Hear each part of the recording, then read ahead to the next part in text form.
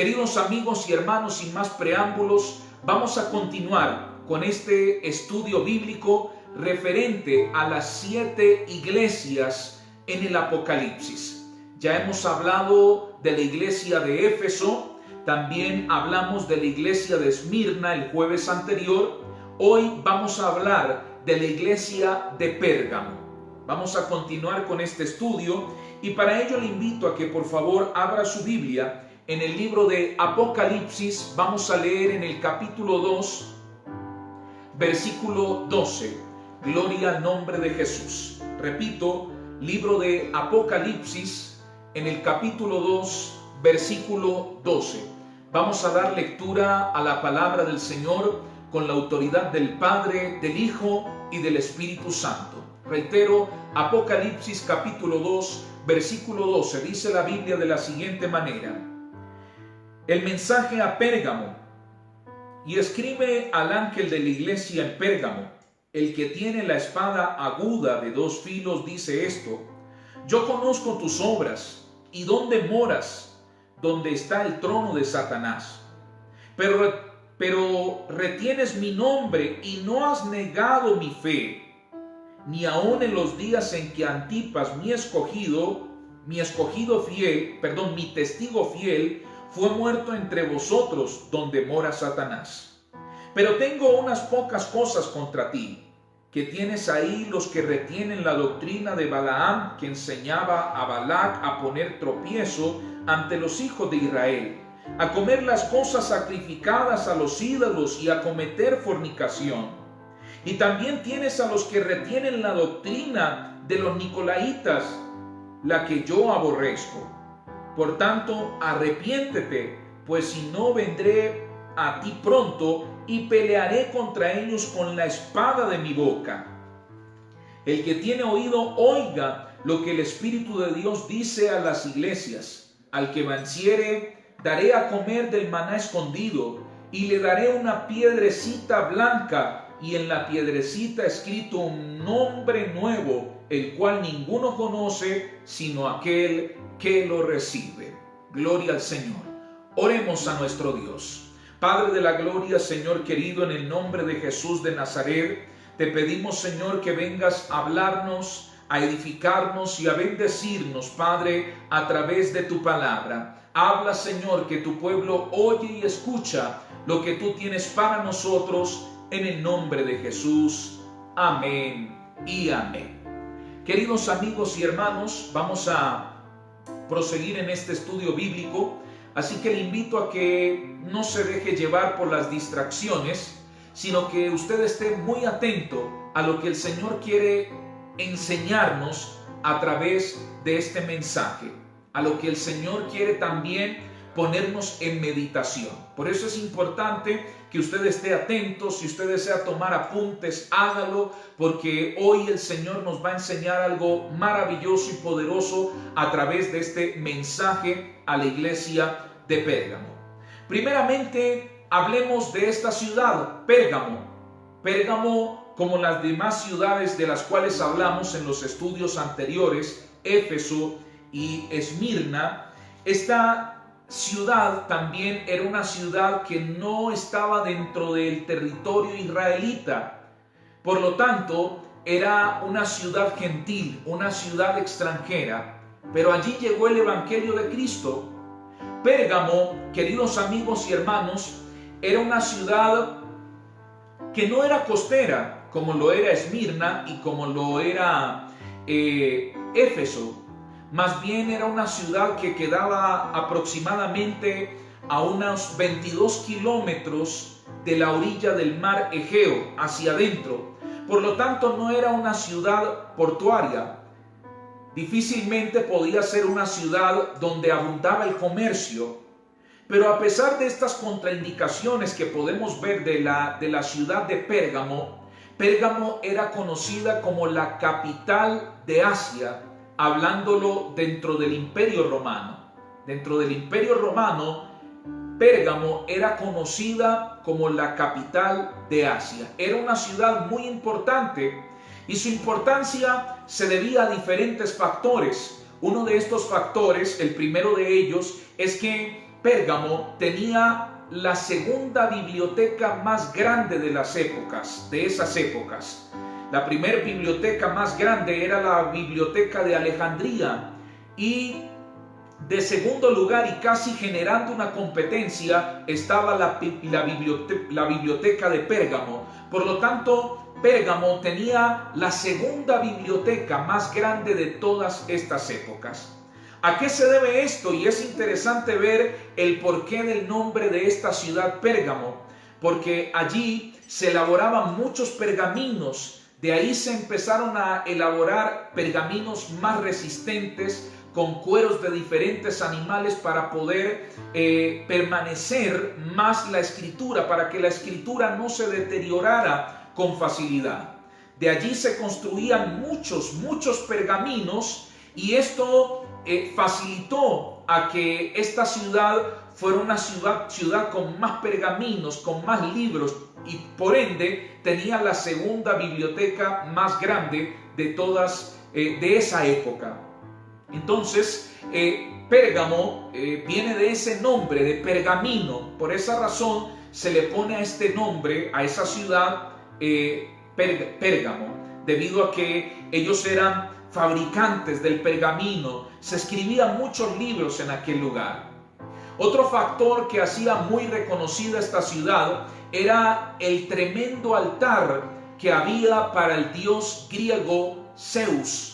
Era uno de los altares más gigantescos, más prominentes, y esto llamaba mucho la atención de Grecia. Recordemos que Grecia también fue un imperio antes de Roma, y esto ayudó a impulsar a que Pérgamo fuera una capital de Asia en aquellas épocas. Entonces, para los griegos era muy llamativo ese altar. Era uno de los altares más grandes, queridos amigos y hermanos, que había en aquellas épocas respecto al dios griego Zeus. Allí se adoraba a este falso dios, se exaltaba a este falso dios, y se le había construido un altar de una gran dimensión.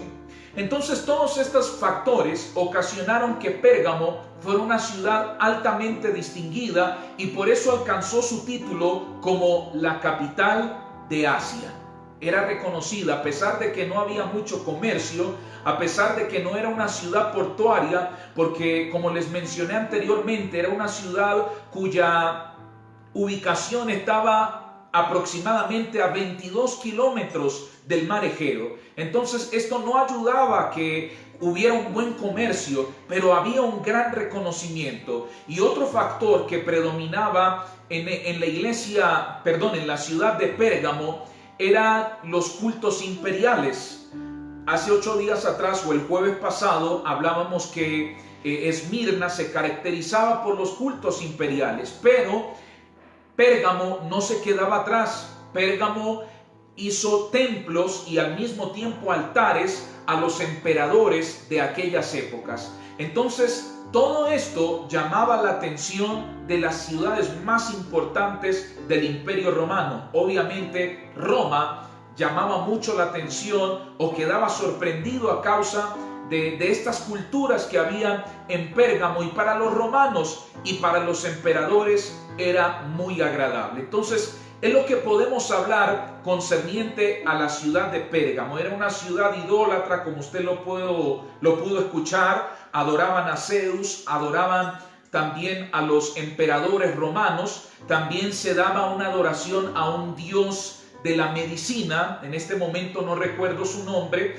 pero este dios de la medicina, su imagen era con una serpiente, y este dios era adorado en ese lugar. Era una ciudad muy idólatra, pero a pesar de ello, la iglesia del Señor llegó a aquella ciudad. La Biblia no nos da gran detalle de cómo llegó la iglesia a Pérgamo, pero se señala obviamente de que el paso o el instrumento que Dios usó para que el evangelio de Cristo llegara a la ciudad de Pérgamo fue el apóstol Pablo. Y todo esto nació en los viajes misioneros que el apóstol Pablo realizaba, y esos viajes empezaron desde Éfeso. De Éfeso, Pablo pudo predicar en Esmirna. desde Éfeso también Pablo pudo predicar en la ciudad de Pérgamo. Y se dice que de esta forma llega el evangelio de Cristo a la iglesia, o mejor dicho, a la ciudad de Pérgamo.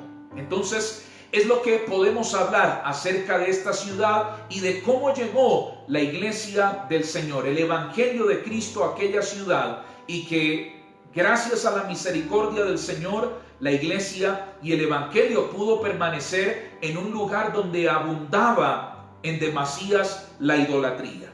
Observemos lo que la Biblia nos dice ya para entrar al mensaje. Ya hablamos de la ciudad, ahora vamos a hablar del mensaje que va dirigido a la iglesia que estaba ubicada en la ciudad de Pérgamo.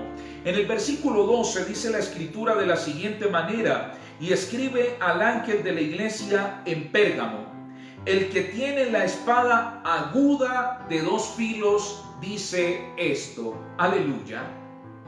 Aquí vemos cómo Jesús se identifica como aquel que tiene la espada de dos filos.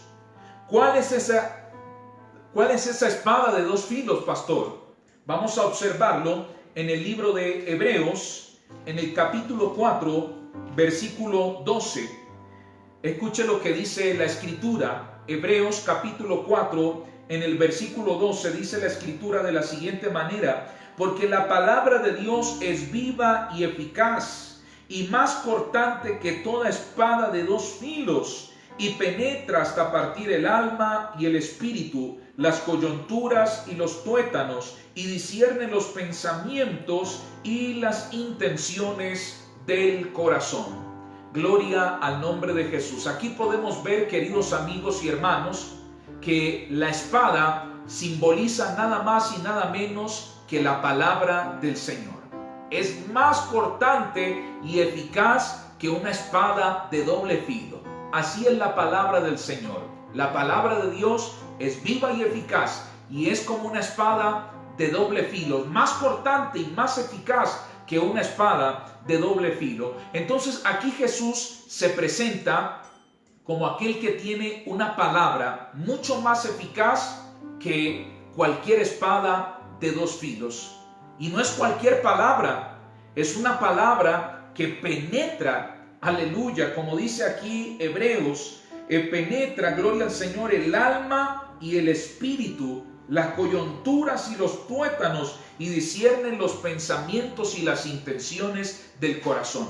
¿Y cuál es esa palabra de Dios? La Sagrada Escritura, la Biblia, es esta palabra poderosa de Dios que tiene el poder de discernir nuestro espíritu, nuestro corazón, las intenciones de nuestro corazón. Esto es maravilloso y al mismo tiempo es interesante. ¿Por qué te digo esto? Minutos atrás te hablaba de la historia de la ciudad de Pérgamo. Pérgamo era conocida como una ciudad donde estaba la segunda biblioteca más grande de aquellas épocas. Por ende, había muchos libros. Y es interesante ver cómo Jesús se presenta con la espada de dos filos, es decir, su palabra. En Éfeso había muchos libros que hablaban de costumbres, de religiones, libros de diferentes partes del mundo, libros escritos por grandes escritores, valga la redundancia, de aquellas épocas, libros que comprendían la historia de la humanidad, en fin, libros de mucho interés para aquellas épocas. Pero Jesús se presenta con su palabra, la palabra que no es como cualquier libro, es una palabra viva y eficaz, es una palabra que conoce y discierne las intenciones de nuestro corazón. Oh amigo y hermano, la Biblia, que es la palabra de Dios, no es cualquier libro, es un libro con el cual nosotros somos bendecidos, es un libro que, aleluya, como dijo Jesús, escudriñad las escrituras porque en ellas os parece que hay vida y vida eterna, y estas son las que dan testimonio de mí.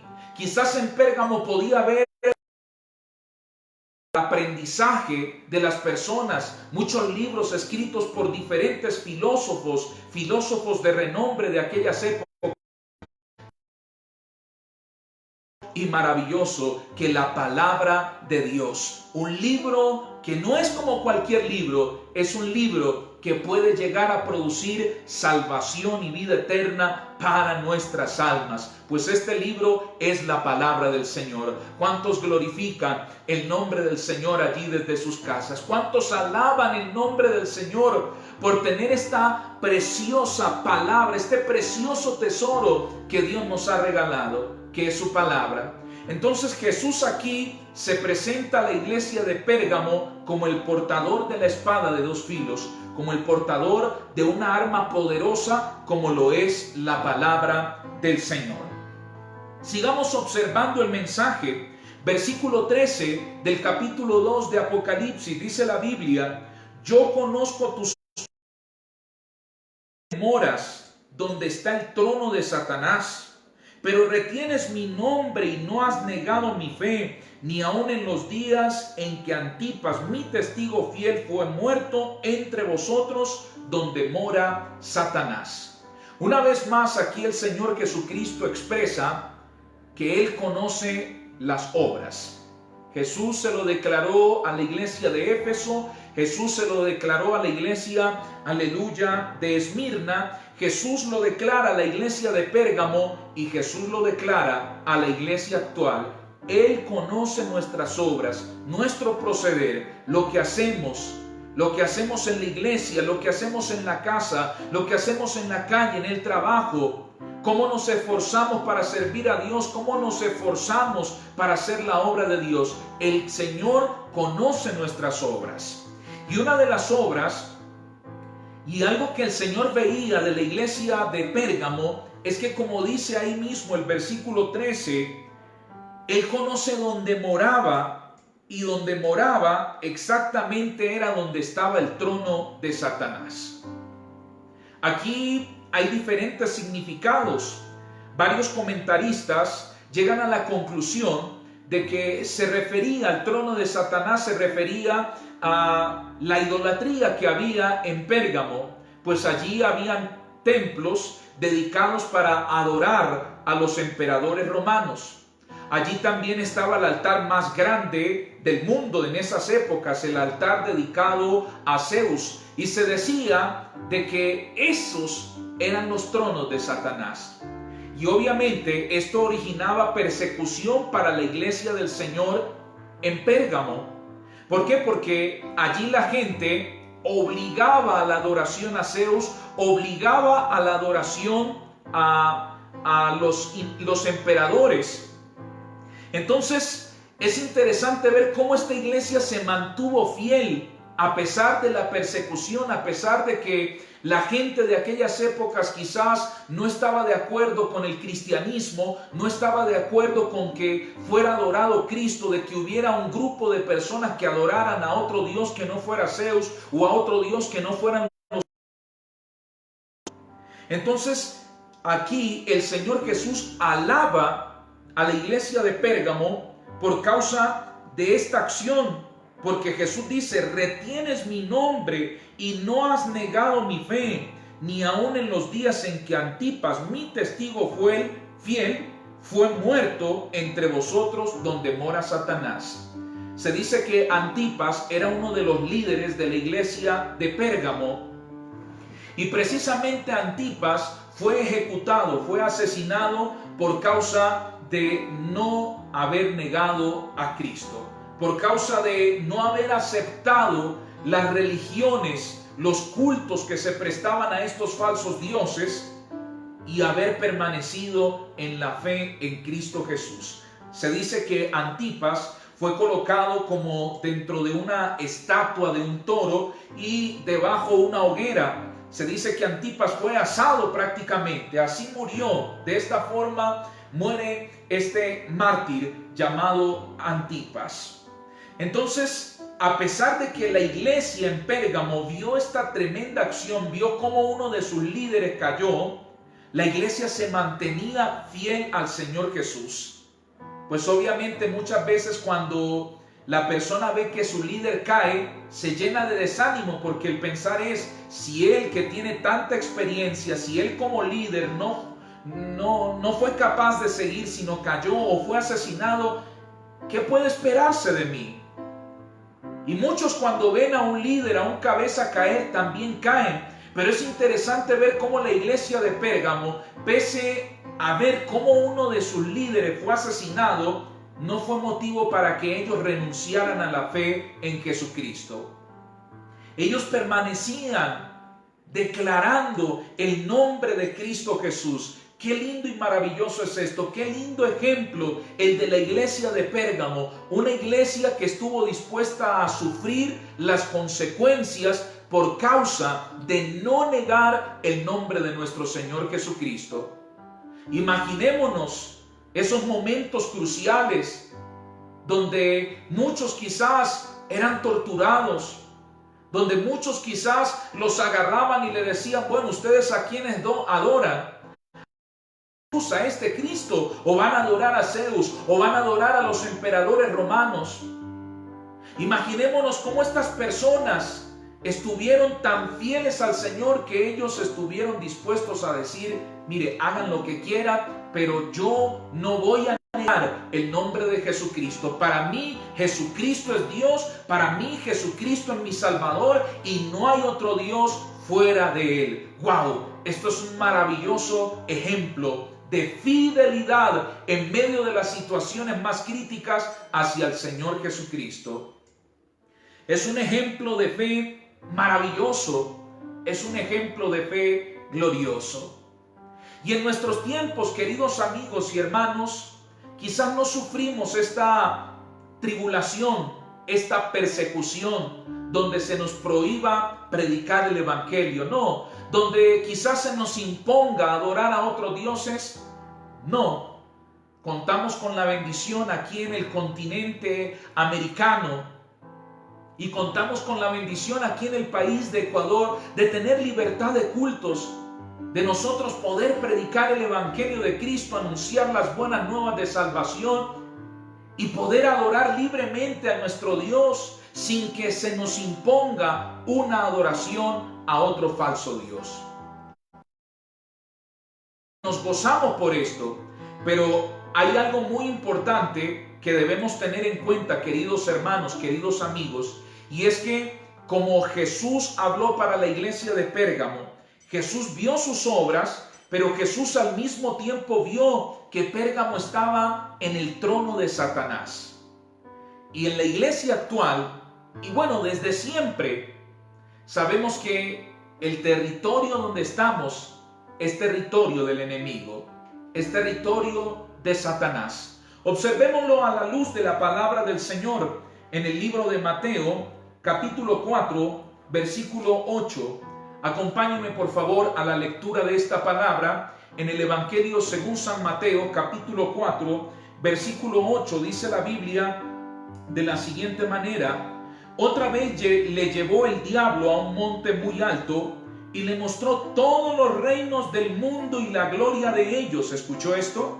Le mostró todos los reinos del mundo y la gloria de ellos. Y le dijo, todo esto te daré. El diablo estaba hablando para Jesús y le decía, todo esto te daré si postrado me adorares. Entonces Jesús le dijo, vete Satanás, porque escrito está, al Señor tu Dios adorarás y a Él solo servirás. ¡Qué tremendo! Aquí vemos esta gran realidad. Satanás lleva a Jesús al monte más alto y le muestra todos los reinos del mundo y la gloria de ellos. Y Satanás le dice, todo esto te daré. Querido amigo y hermano, aquí la Biblia nos revela una gran realidad, y es que todos los reinos del mundo y la gloria de ellos pertenecen al enemigo. El enemigo no le iba a ofrecer a Jesús algo que no era de él. Y todas estas cosas, todo este reino, usted se preguntará, pastor, ¿pero por qué? ¿Por qué el reino, el mundo y las ciudades y los reinos pertenecen a Satanás? ¿Por qué? Esto perteneció desde el momento en que entró el pecado al hombre. Desde ahí, Satanás tomó dominio del mundo, tomó dominio de los reinos, de los gobiernos del mundo. Y es por esta razón, y aquí vemos claramente cómo Satanás le ofrece a Jesús lo que le pertenece a él, a Satanás, es decir, le dice, mira, todo esto te daré si tan solo te postras y me adoras, todo te lo daré a ti. Pero Jesús le dice, no, Satanás, porque escrito está, al Señor tu Dios adorarás y a Él solo servirás. Entonces, aquí vemos claramente que nosotros como iglesia de Cristo también estamos en medio del territorio enemigo, porque este mundo, los reinos de este mundo pertenecen al enemigo. Y si usted se pone a analizar, hay mucha lógica en esto.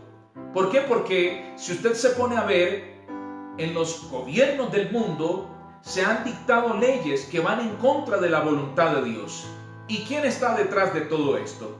Pues el enemigo, Satanás, quien lucha constantemente para que las personas se alejen cada vez más y más del Señor, se alejen cada vez más y más de Dios. Es por eso que en los gobiernos se está permitiendo leyes como el aborto, leyes donde las personas pueden drogarse con la marihuana libremente sin esto ser un delito, leyes donde se está permitiendo la identidad de género, donde se permite que un hombre se case con un hombre y una mujer con otra mujer, donde parejas del mismo sexo puedan casarse, cuando sabemos que la palabra de Dios en ningún momento aprueba este tipo de actos. Entonces, ¿quién está detrás de todo esto? El enemigo, Satanás. Y nosotros, la iglesia del Señor, estamos en territorio enemigo. Por esta razón, el enemigo siempre va a luchar en contra del cristiano.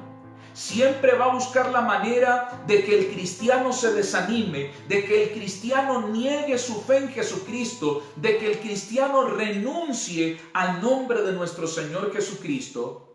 Y es triste ver cómo muchos cristianos en estos tiempos renuncian a la fe en Cristo Jesús.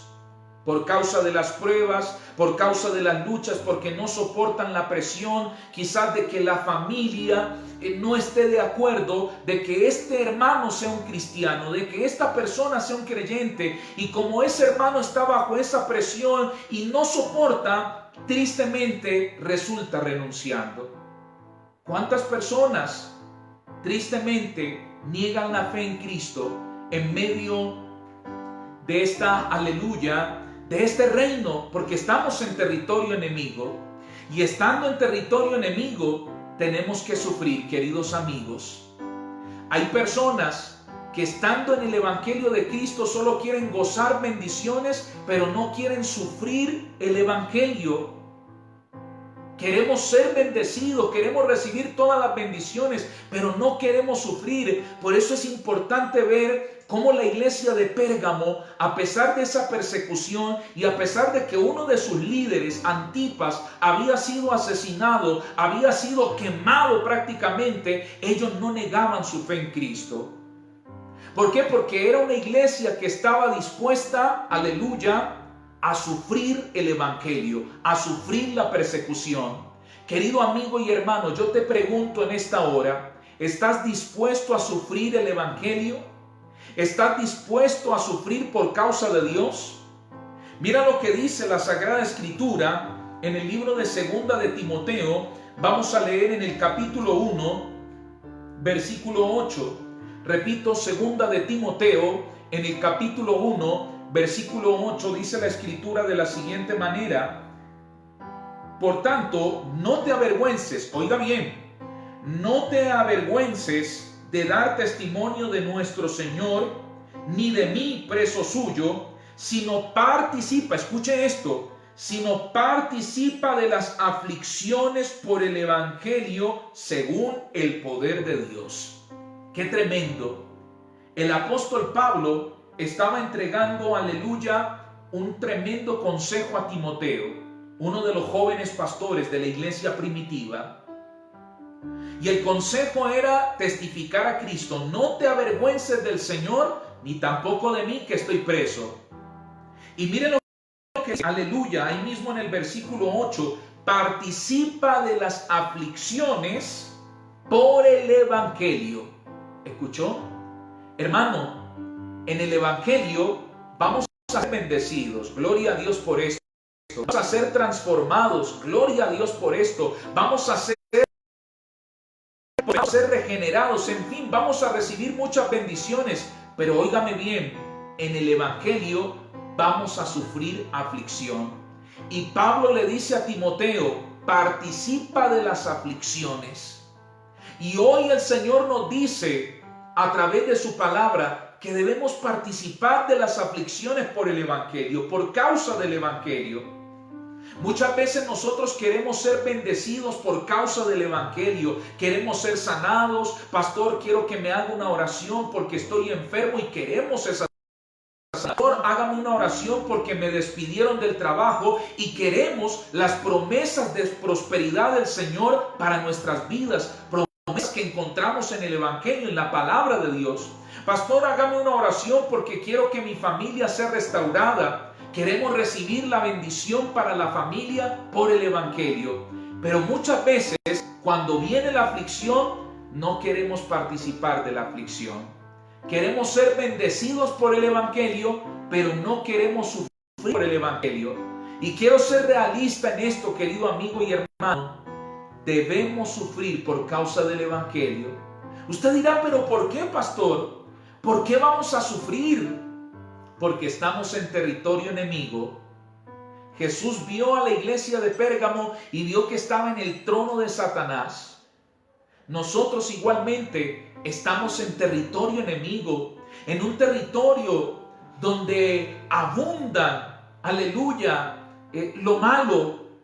Como dice la Escritura, donde lo malo le llaman bueno y a lo bueno le llaman malo.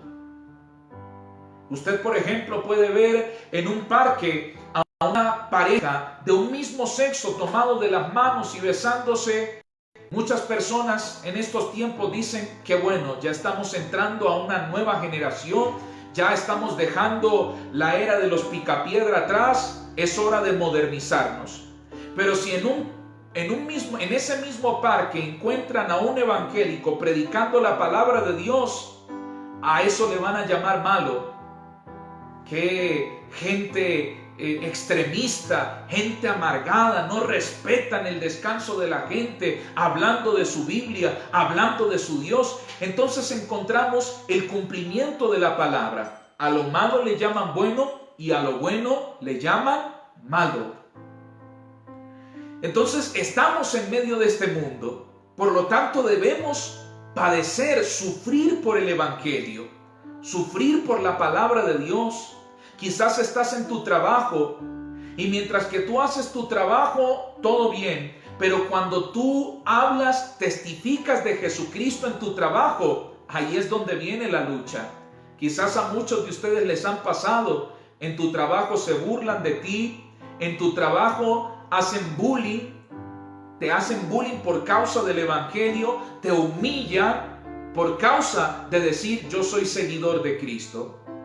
Si hay estudiantes que me ven, personas que me ven, jóvenes que son estudiantes en el colegio, en la universidad, mientras que usted está estudiando bien, pero cuando usted confiesa a Jesucristo, ¿qué sucede? Te empiezan a humillar, te empiezan a hacer bullying, te empiezan a avergonzar y a humillar por causa del nombre de Cristo Jesús. Y te lo hablo por experiencia, porque yo lo viví. Cuando yo era joven, más joven y estudiaba y confesé que Jesucristo es mi Dios, oh amigo, hermano, mis amigos, empezó el Calvario para mí. Mis amigos me humillaban, me criticaban, hacían bullying. Y bueno, todo esto yo tuve que soportarlo. Y quizás muchos de ustedes también lo soportan. Pero hay gente que no lo soporta, hay gente que no quiere soportar el Evangelio. Quieren ser bendecidos por el Evangelio, pero no quieren soportar el sufrimiento del Evangelio. Y como lo leíamos ahí en 2 de Timoteo capítulo 1, en el versículo 8, queridos amigos, el consejo que el apóstol Pablo da a Timoteo, inspirado por el Espíritu Santo, es, aleluya, gloria al Señor, participa de las aflicciones por el Evangelio según el poder de Dios. Querido amigo y hermano, es necesario que participemos de las aflicciones. Es necesario que participemos de esos momentos de persecución, de luchas, de humillaciones por causa del Evangelio. No solamente participemos por las bendiciones, no, hay que soportar las luchas, hay que soportar las aflicciones, hay que soportar las tribulaciones. No nos rindamos, no te rindas, querido amigo, no te rindas, querido hermano. Yo no sé qué situación usted está atravesando, qué aflicción usted está atravesando por causa del Evangelio. Quizás tu familia te critica por causa del Evangelio. Quizás tus vecinos, quizás tus compañeros de trabajo, quizás tus compañeros de estudio te critican por causa del Evangelio. Quizás te han dicho o tu familia o tu Dios. Quizás te han dicho o tu esposa o tu Dios. No sé qué situación, qué tipo de aflicción estás atravesando, pero te digo, querido amigo y hermano, no renuncies. Jesucristo va a ver tu fidelidad y te va a recompensar de una manera especial por causa de usted participar de las aflicciones por el Evangelio. Esta es una gran realidad. En el Evangelio hay bendición, en el Evangelio hay prosperidad, claro que sí. Pero también en el Evangelio vamos a tener que soportar aflicciones. Luchemos, perseveremos, resistamos, tomemos el ejemplo de la iglesia de Pérgamo, que fue una iglesia que resistió todas esas persecuciones, pero ellos nunca negaron su fe en Cristo Jesús. No niegues tu fe en Dios, prosigue ahí en esa fe. Sigamos observando, aleluya, este precioso y maravilloso mensaje que el Señor entrega a la iglesia de Pérgamo. En el versículo 14, aquí viene la queja. Esta iglesia sí tuvo quejas de parte de Jesús. Dice, pero tengo unas pocas cosas contra ti, que tienes a los que retienen la doctrina de Balaam, que enseñaba a Balac a poner tropiezo ante los hijos de Israel, a comer las cosas sacrificadas a los ídolos y a cometer fornicación. Esta gente, a pesar de su fidelidad, a pesar de que soportaban las persecuciones, queridos amigos y hermanos, esta gente, aleluya, también, el Señor hizo una queja en contra de ellos. Y es que esta gente, a pesar de su fidelidad, ellos tenían a los que retenían la doctrina de Balaam. ¿Cuál es esa doctrina de Balaam, pastor? Observémoslo a la luz de la palabra de Dios. Recordemos que Balaam fue un profeta contratado por el rey Balac con el propósito de maldecir al pueblo de Israel. Recordemos que el pueblo de Israel, cuando fue sacado de Egipto por la mano poderosa de Dios y con la guía también de Moisés, ellos tuvieron que atravesar el desierto, y en medio de esa travesía se encontraron con esta ciudad gobernada por el rey Balac. Y cuando el rey Balac los vio, tuvo miedo, tuvo temor, así que decidió contratar a Balaam, que era un profeta muy reconocido en esas épocas. Era reconocido que por lo que él hablaba se cumplía. Si él bendecía, eso se cumplía. Si él maldecía, eso se cumplía. Así que Balac decide contratar a Balaam para maldecir al pueblo de Israel. Pero Dios interviene y le dice a Balaam, no, mi pueblo no va a ser maldecido, mi pueblo es bendecido. A pesar de que Balac le estaba pagando una fortuna a Balaam para maldecir a Israel, Balaam resultaba bendiciendo a Israel porque era una orden dada por el propio Dios. Pero aquí es donde viene la herejía o el tropiezo de Balaam, porque Balaam no pudo maldecir al pueblo de Israel y por esa razón no pudo obtener la fortuna que él quería, no pudo obtener el dinero que él quería. Entonces, ¿qué tuvo que hacer Balaam? Tuvo que hacer una estrategia. En el libro de en el libro de Números, capítulo 25, versículo 1 en adelante, aquí la Biblia nos revela cómo el pueblo de Israel lamentablemente cae con las mujeres extranjeras, con las mujeres de Moab. Estas mujeres eran mujeres que tenían otras costumbres, otros dioses. Al pueblo de Israel, a los varones israelitas, al ver a aquellas jóvenes hermosas, se dejaron seducir, cayeron en la tentación y no solamente se juntaron con estas mujeres, sino que adoptaron sus costumbres, sus religiones, sus dioses. Resultaron cayendo en el pecado de la idolatría. Y esto ocasionó, queridos amigos y hermanos, una mortandad terrible en el pueblo de Israel, ya que Dios se enojó tremendamente con los israelitas por causa de este pecado y hubo una mortandad tremenda en el pueblo de Israel. Hubo consecuencias por causa del pueblo de Israel caer en el pecado de la idolatría. Pero querido amigo, ¿quién estuvo detrás de esto? ¿Quién estuvo detrás de que el pueblo de Israel cayera en la tentación de juntarse con mujeres extranjeras, con mujeres moabitas? Observémoslo ahí mismo en el libro de Números, en el capítulo 31, versículo 15. Repito, Números, capítulo 31, en el versículo 15, dice la Biblia de la siguiente manera: y les dijo Moisés, ¿por qué habéis dejado con vida a todas las mujeres? He aquí, escucha el versículo, aleluya, 16. He aquí por consejo de Balaam, ellas fueron causa de que los hijos de Israel prevaricasen contra Jehová en lo tocante a Baal Peor, por lo que hubo mortandad en la congregación de Jehová. ¿Te das cuenta? Lo que hablábamos acerca de Números capítulo 25, versículo 1, todo eso que sucedió, cómo los israelitas se juntaron con estas mujeres extranjeras y cómo los israelitas cayeron adorando a otros dioses, a Baal Peor. Quien estaba detrás de todo esto fue Balaam. Pues Balaam quería dinero. Y Balaam pensó, bueno, Dios no me permite maldecir al pueblo de Israel. Así que le dijo al rey Balac, bueno, pero hay una forma de hacerlos caer, y es que adoren a otro Dios, que sean infieles a su Dios. Entonces llamemos a las mujeres más jovencitas, las más bonitas, y estas mujeres se van a encargar de apartar a los israelitas del buen camino. Y así lo hizo Balaam. Balaam fue tropiezo para el pueblo de Israel. He ahí la doctrina de Balaam. Era una doctrina de tropiezo. Y sabemos, queridos amigos y hermanos, que la Escritura claramente dice: ay de aquellos que sirven de tropiezo para uno de mis pequeñitos. Mejor le fuera que se ataran una cuerda, una piedra de molino en su cuello con una cuerda y se echasen al mar. Oh, querido amigo, ay de aquellos que son tropiezo, que no permiten que el hermano avance, que no permiten que el hermano crezca espiritualmente.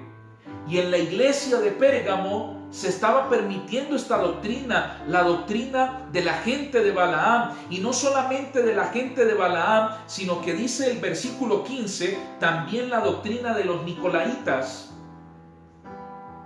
que como les hablé hace algunos jueves atrás en el primer estudio bíblico, gloria al Señor, los nicolaitas, ellos se encargaban de permitir que el pecado, probar el pecado. Esta fue una doctrina enseñada por un hombre llamado Nicolás, de ahí el nombre nicolaitas, y este hombre decía que para poder fortalecerse en el pecado había que experimentarlo, había que darle rienda suelta al placer, para sí mismo probar el pecado y luego la persona fortalecerse en ese pecado.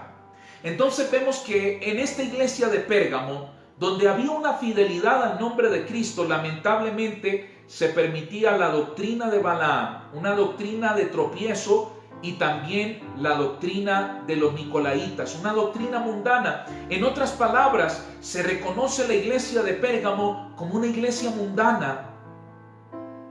Quizás ellos mantenían el nombre de nuestro Señor Jesucristo, no negaban a Jesús, ellos dejaban de adorar a los emperadores, dejaban de adorar al dios Zeus, dejaban de adorar al dios de la medicina para adorar a Jesús y confesaron a Jesús, pero ellos tenían una doctrina mundana. Balaam tenía una doctrina de tropiezo, pues enseñó a los israelitas a no hacerle caso a Moisés.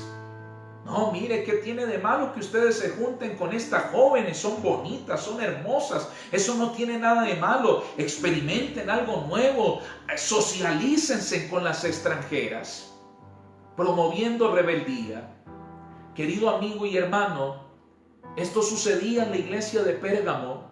Habían hermanos que promovían la rebeldía hacia los líderes, hacia la palabra del Señor, enseñando cosas antibíblicas.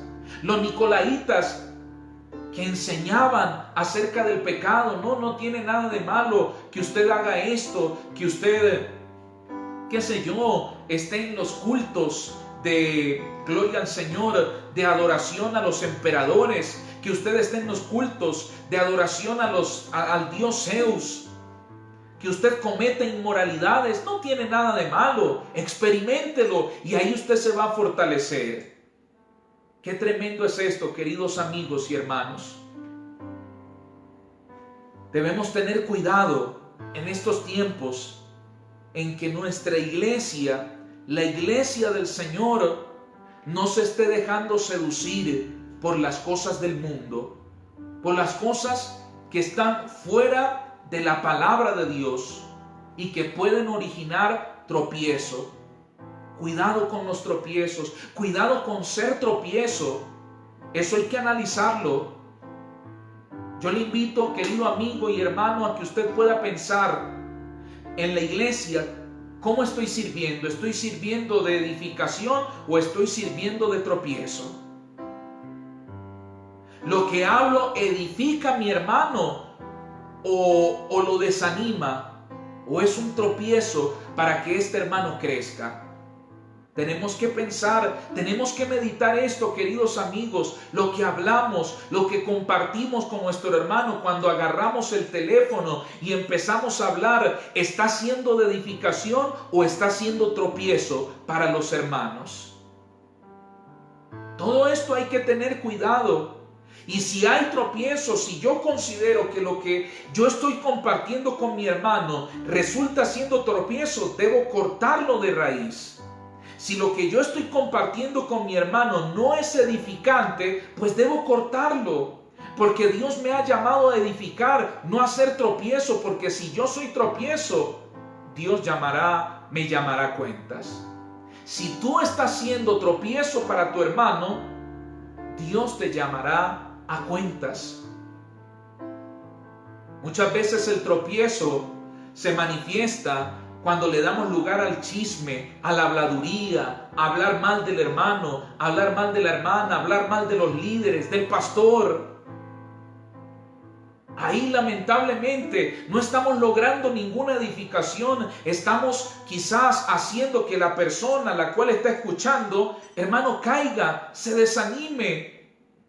Y ahí, sin esa persona notarlo, está haciendo tropiezo para la iglesia y para ese hermano. Entonces, lo que hablamos, lo que compartimos, ¿es edificante o es tropiezo? Hay que discernir todo esto. Porque si somos tropiezo, hermano, tendremos que entregar cuentas al Señor de cómo estamos actuando, de cómo estamos procediendo en la presencia del Señor. Ahora tengamos cuidado con el mundo. La Biblia dice: oh almas adúlteras, ¿no sabéis que la amistad del mundo es enemistad con Dios? Todo aquel que se torne amigo del mundo, se torna enemigo de Dios. Dios ha llamado a una iglesia santa, una iglesia que no tenga nada que ver con el pecado, porque hemos sido apartados y hemos sido comprados a precio de sangre. Tengamos mucho cuidado con dejarnos seducir por lo que este mundo nos ofrece. Fiestas, bailes, discotecas, borracheras, infidelidades, fornicación, adulterio. Tengamos cuidado, porque quizás muchos te podrán decir: no, nadie te va a ver, vamos a una fiesta, tómate este trago, nadie te va a ver. Pero recuerda que hay un Dios que todo lo ve, y Dios se está dando cuenta de tu proceder, de tu actuar. ¿Cuántos cristianos quizás con su misma boca alaban, adoran el nombre de Jesús, pero con su misma boca interpretan música secular, música que no es agradable a Dios? Y comparten este tipo de cosas y la cantan y lo tararean. Oh hermano, nosotros somos una iglesia santificada. No tenemos que ver nada con el mundo, con lo que este mundo ofrece. Somos una iglesia apartada y debemos demostrar nuestra santidad como tal. ¿Cuántos cristianos a veces por las redes sociales resultan compartiendo vulgaridades? Cosas que este mundo ofrece, cosas vulgares, promueven el pecado y lo hacen a través de estas redes sociales y son cristianos, adoran a Jesús, pero están con las cosas del mundo. El mundo todavía los seduce. Oh, querido amigo, no permitamos que la doctrina de Balaam, del tropiezo, la doctrina de los nicolaitas, la doctrina del mundo esté en nuestras vidas. No, somos santos para Dios. Sin santidad nadie verá al Señor, querido amigo. Es cierto que somos salvos por la gracia de Dios, pero usted y yo que tenemos la gracia, la misericordia de Dios en nuestra vida, esa gracia nos impulsa a santificarnos, esa gracia nos impulsa a dejar el pecado, a dejar lo que este mundo ofrece. Es necesario que actuemos como hijos de Dios, que actuemos como hijos del Señor, que no nos dejemos llevar por la seducción del mundo. Jóvenes, cuán importante es que estemos apartados para Dios, apartados para el Señor. Que si tú vas a tener un noviazgo, tenga un noviazgo conforme a la voluntad de Dios, un noviazgo cristiano, un noviazgo de un hombre con un joven o con una joven que sea cristiano, cristiana. Pero cuántos jóvenes a veces se dejan llevar por lo que este mundo ofrece, por la belleza. Y le pasa lo de los israelitas. Vieron la belleza de estas mujeres extranjeras, se juntaron con ellas y al juntarse con ellas resultaron adorando a otros dioses. Por eso la Biblia enseña que no nos unamos a un yugo desigual. Si vas a llevar un noviazgo, querido joven, que sea conforme a la voluntad de Dios, con un joven cristiano, con una joven cristiana, y que ese noviazgo sea conforme a la voluntad del Señor, no a lo que este mundo ofrece, porque ahí es donde viene el pecado de la fornicación, donde muchos jóvenes entran en este pecado y el resultado de ellos son embarazos que no fueron esperados, jóvenes embarazadas. ¿Y todo por qué? Por no llevar un noviazgo conforme a la voluntad de Dios. El mundo ofrece una solución a esto y la solución es el aborto. Si era un hijo no deseado, pues aborte y ya se acabó el tema. Pagas un buen dinero y como ya está en muchos países está permitido, se acabó el problema. Puede seguir con su vida normal. Tengamos cuidado con esto, queridos jóvenes, queridos hermanos. No permitamos que la doctrina del mundo y del tropiezo invada nuestras vidas. Cuidado con nuestro proceder. Somos iglesia de Cristo. Debemos testificar del Señor Jesús. ¿Y cómo estamos testificando del Señor Jesús? Con un buen léxico, con buenas palabras. Aún hasta con nuestra vestimenta debemos dar un buen testimonio de Cristo Jesús. ¿Cómo lo estamos dando? ¿Hablas bien? ¿Estás siendo un fiel representante de Cristo Jesús aquí en la tierra? ¿Digno de ser representado, de representar, mejor dicho, al Señor Jesús? ¿Lo estás haciendo bien? ¿Cómo es tu testimonio? En la calle, en el colegio, en la universidad, en tu trabajo, ¿cómo es tu testimonio? Eso es muy importante, que testifiquemos a Cristo Jesús con santidad. No permitamos que las cosas del mundo invadan nuestro corazón. Testifiquemos de Jesús aún con nuestro vestir. Testifiquemos de Jesús con nuestro hablar. Testifiquemos de Jesús con nuestra forma de ser, conforme llevamos nuestra vida, y no permitamos que el mundo nos invada, porque es triste ver cuántos predicadores ya no hablan de santidad, ya resultan, aleluya, permitiendo el libertinaje. Ya no se trata de libertad, sino de libertinaje, un desenfreno al pecado. La Biblia nos declara esto en el libro de Judas, versículo 4. Vamos a leer en el libro de Judas, en el versículo 4, dice la Biblia de la siguiente manera: porque algunos hombres han entrado encubiertamente, los que desde antes habían sido destinados para esta condenación, hombres impíos que convierten en libertinaje la gracia de nuestro Dios y niegan a Dios, el único, soberano, y a nuestro Señor Jesucristo. ¡Qué tremenda verdad! Hombres que convierten en libertinaje la gracia de Dios. Porque ¿cuál es el decir hoy en día de algunos predicadores? No, estamos en tiempo de gracia. No importa lo que usted haga, cómo usted viva, no importa cómo usted se viste, no importa cómo usted se arregla, no importa, esas cosas no importan, porque estamos en gracia. No, hermano. Predicadores que te dicen, no importa si te emborrachas, no importa si te tomas unas cervezas, un vino, si vas a fiesta, no importa, porque estamos en tiempo de la gracia. Y mire cómo la Biblia habla claramente en Judas, versículo 4, hombres impíos que convierten la gracia de Dios en libertinaje. Invitan a la gente a vivir lo que quieran y no predican de santidad, no predican de qué es lo que a Dios le agrada y qué es lo que a Dios no le agrada. No caigamos en ese error, querida iglesia del Señor.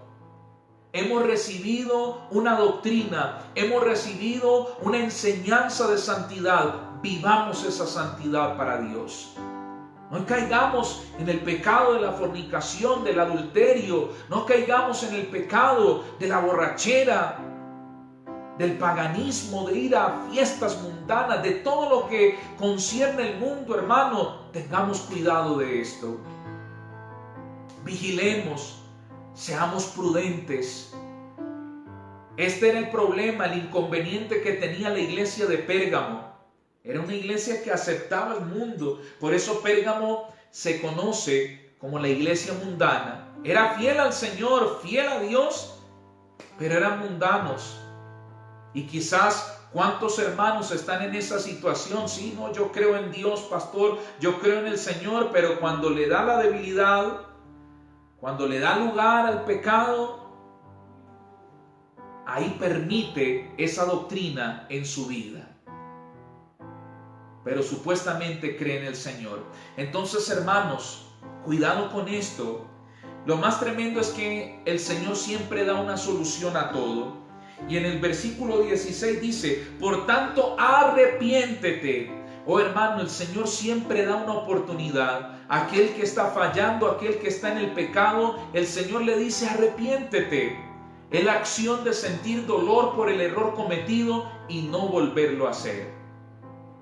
Y si quizás Hay personas que me están mirando a esta hora de la noche y quizás se sienten identificadas, quizás el Señor las está confrontando. Pues déjame decirte que el Señor está hablando para ti en esta hora. Arrepiéntete, porque de no arrepentirse, óigame bien, dice, pues si no vendré a ti pronto y pelearé contra ellos con la espada de mi boca. Oh hermano, recordemos que la espada de doble filo y que sale de la boca de Dios es la palabra de Dios.